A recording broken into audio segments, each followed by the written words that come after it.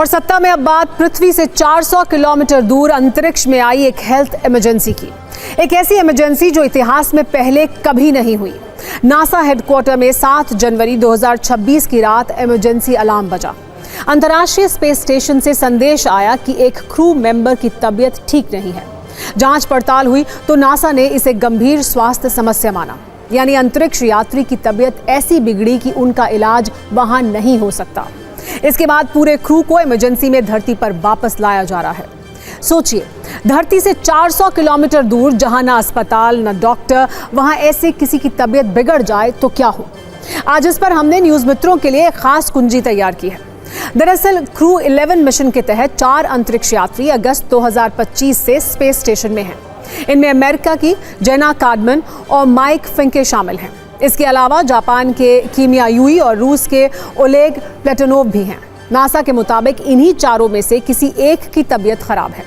हालांकि प्राइवेसी का हवाला देते हुए ये नहीं बताया गया है कि इन चारों में से वो कौन है जो बीमार है। ना ये जानकारी दी गई है कि बीमारी क्या है। ये पहली बार है जब स्पेस स्टेशन में हेल्थ इमरजेंसी प्लान एक्टिव हुआ है। जब ISS पर इलाज मुमकिन नहीं होता तो ऐसे में प्लान होता है क्रू रिटर्न व्हीकल। 1 या 2 स्पेसक्राफ्ट हमेशा डॉक किए जाते हैं। ये एक तरह से लाइफ बोट की तरह काम करते हैं। अगर इमरजेंसी हुई तो बीमार एस्ट्रोनॉट को इनमें बैठाकर पृथ्वी पर भेजा जाता है। पृथ्वी तक आने में 3 से 6 घंटे का वक्त लगता है। अब आपके मन में एक सवाल ये भी होगा कि जब क्रू 11 के सभी सदस्य वापस आ जाएंगे तो क्या स्पेस स्टेशन खाली हो जाएगा? इसका जवाब यह है कि ISS में 3 अंतरिक्ष यात्री अभी भी बचे रहेंगे। ये तीनों यात्री रूसी स्पेसक्राफ्ट से गए हैं। उनकी वापसी भी उसी से होगी। इनमें नासा के क्रिस विलियम्स भी शामिल हैं, जो क्रू 12 की लॉन्चिंग तक नासा का मिशन संभालेंगे। कोशिश की जा रही है कि अंतरिक्ष यात्री का अगला मिशन वक्त से पहले लॉन्च किया जा सके।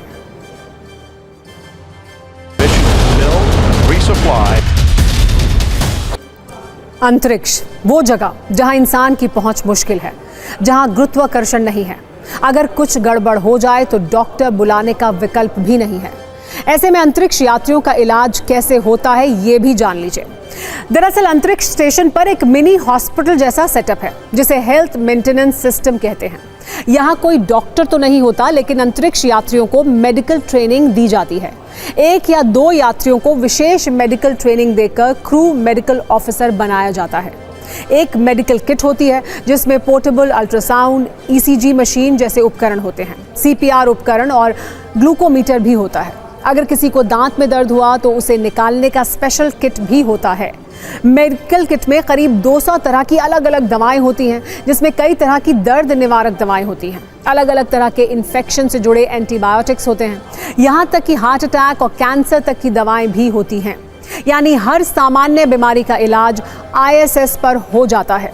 लेकिन अगर कोई कार्डियक इशू हो, फ्रैक्चर और किसी सर्जरी की जरूरत हो तो मामला गंभीर माना जाता है। क्रू 11 के मामले में भी एक्सपर्ट ऐसी ही आशंका जता रहे हैं। आपको बता दें कि अभी अंतरिक्ष में सर्जरी कर पाना करीब नामुमकिन है, क्योंकि कई बीमारियों की सही पहचान के लिए CT और MRI मशीन वहां नहीं है। साथ ही चीरा लगाने पर अंदरूनी अंग ऊपर की ओर तैरने लगेंगे। 0 गुरुत्वाकर्षण में खून भी ठीक से नहीं बहता है। सर्जिकल उपकरणों और घाव पर खून चिपक सकता है। खून की बूंदें हवा में तैरने भी लगती हैं। इससे दूसरे अंतरिक्ष यात्रियों को भी संक्रमण हो सकता है। अंतरिक्ष में बैक्टीरिया, वायरस कई गुना ज्यादा शक्तिशाली होते हैं, जिससे संक्रमण का खतरा भी कई गुना बढ़ जाता है। माइक्रोग्रेविटी में इम्यून सिस्टम कमजोर हो जाता है, इसीलिए सर्जरी के बाद रिकवर कर पाना भी मुश्किल होता है। एनेस्थीसिया की गैस केबिन में लीक होकर फैल सकती है, जिससे दूसरे अंतरिक्ष यात्री भी बेहोश हो सकते हैं। माइक्रोग्रेविटी में सर्जरी करना मुश्किल काम है। फिर भी नासा का मंत्र वैसा ही है कि plan for the worst, hope for the best. अगर भविष्य की बात करें तो मंगल मिशन के नजरिए से देखें तो वहां मेडिकल इमरजेंसी में पृथ्वी पर वापसी मुमकिन नहीं होगी, क्योंकि यात्रा में 6 से 9 महीने लगते हैं। ऐसे में नासा अंतरिक्ष में सर्जरी पर रिसर्च कर रहा है। चूहों की सर्जरी के कुछ प्रयोग सफल भी रहे हैं। इंसानों की बंद बॉक्स में सर्जरी का विकल्प भी है।